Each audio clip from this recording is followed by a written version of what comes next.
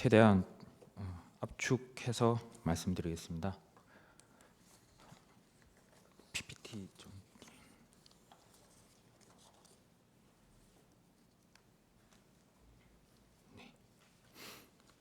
일단 경위를 간단하게 보겠습니다. 잘 아시겠지만 12월 3일 윤석열 대통령 비상계엄이 있었습니다. 그리고 4일 계엄 해제가 있고 12월 12일 탄핵소추안 발의가 되면서 14일 가결이 됩니다. 이때부터 권한 대행이 국무총리께서 겸직을 하시게 됩니다. 그리고 12월 26일 민주당 박성준 의원 등 170인이 탄핵소추안을 발의하게 되고 27일 420회 국회 본회의에서 가결이 됩니다.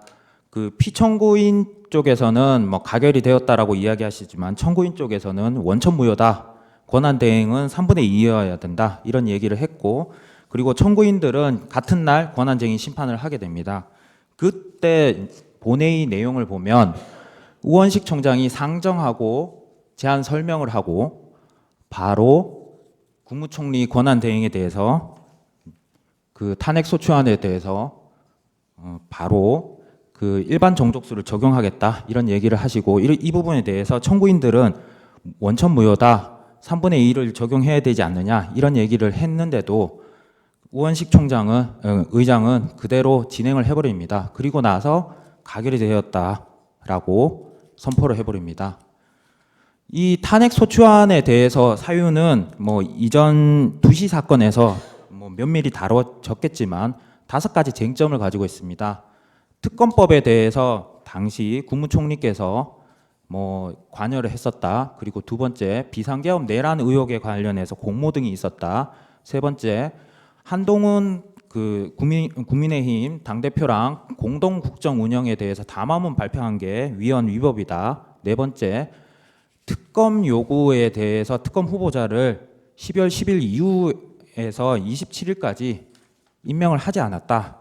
26일 날 그리고 헌법재판관 3분 임명을 하지 않았다. 요 5가지 사유가 문제된다라고 이야기를 합니다.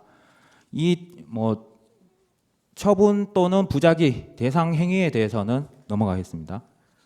당사자 능력, 청구 기간, 준수, 심판 이익 다 충족된다고 보고 있습니다. 특히 심판 이익과 관련해서는 향후 가중 탄핵 정족수를 적용을 해야 되는지 여부에 대한 부분과, 그리고 현실적으로 대행 혹은 대대행 체제에서 지금 국무총리가 다시 돌아와야 될 현실적인 필요성이 있다. 대한민국 전체적으로 봐도 그런 부분에 대해서 좀 더 면밀히 봐주실 것을 요청드립니다.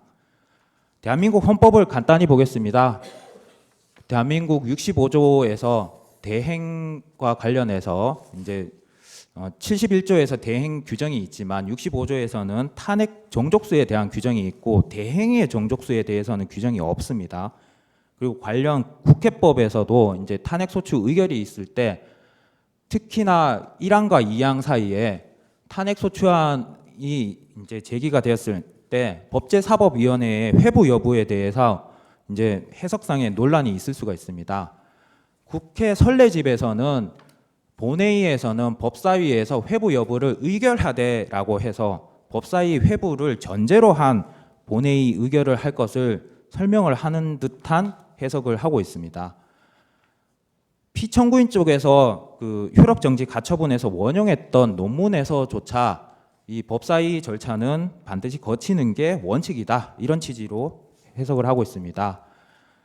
사실 지금 피청구인이 일방적인 진행으로 인해서 청구인들은 여러 가지 기회를 상실했습니다. 법사위의 회부 여부에 대한 의사표명 기회, 회부가 되었다면 법사위 내에서 이야기할 수 있었던 기회, 조사 결과 보고서, 그리고 조사 결과 보고서 채택 여부, 그리고 나서 본회의에서 의사표명을 할 수 있었던 이런 기회를 놓쳐버렸습니다. 탄핵소추 사유 구체적으로 보면 그 4번째, 5번째 사유에 해당이 되는 부분들은 국무총리로서라기보다는 대행이기 때문에 탄핵소추 사유로 담겨 있는 내용들입니다. 그리고 나머지 부분들도 특검법 같은 경우에는 제2 요구가 정당했기 때문에, 그리고 비상계엄 관련해서 특검 후보자 추천 여부도 중복 수사에 문제가 있기 때문에 안 했던 부분입니다. 그리고 내란 의혹 부분은 이게 내란죄 정의를 하고 있는 형법 규정의 구성요건 요소를 다 충족하는지 여부는 향후에 수사 결과를 통해서 확인이 돼야 되는 건데, 비상계엄 이꼴 내란죄로 보는 부분은 그 간주 자체가 오히려 위헌 위법적인 부분이 있습니다. 그리고 그 공동 국정 운영 관련해서는 국민들에게 설명하는 부분인데 이게 과연 어떤 부분이 위헌 위법이 있는지 특정이 안 되고 있습니다. 그리고 3명 임명 부작위에 대해서는 민주적 정당성을 부여하는 부분을 좀 협조를 해달라는 취지인데 이게 왜 위헌 위법인지는 우리 재판관님들이 더 잘 아실 거라고 생각을 하고 있습니다. 뭐 여러 가지 사유들이 있기는 하나 그 좀 중복되지 않는 부분에 대해서 조금만 말씀드리고 들어가겠습니다.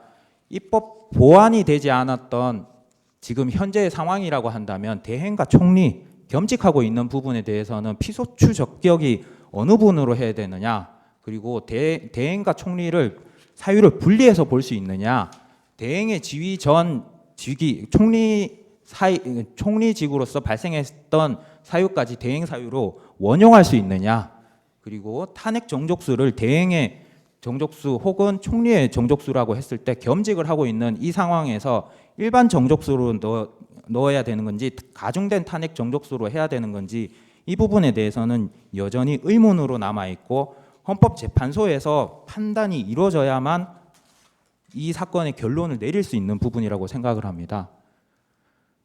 그래서 저희 청구인들은 지금 192표만으로 가결 선포가 되었다고는 하나 대행의 지위를 겸직하고 있는 이 상황에서는 가중된 탄핵 정족수를 적용하는 것이 우리 헌법 체계에 맞는 부분이고 법적 안정성 그리고 법치주의에 맞는 해석이 아닌가, 그리고 기존의 헌법재판소에서 그 설명을 해온 주석 헌법재판소법에서도 해석하고 있는 바와 같은 궤에 따른 그 판결과 해석이라고 보여지는 부분입니다. 그렇기 때문에 저희의 청구를 인용하여 주시고 피청구인의 행위를 무효 확인까지 해주실 것을 요청드리는 바입니다. 이상입니다.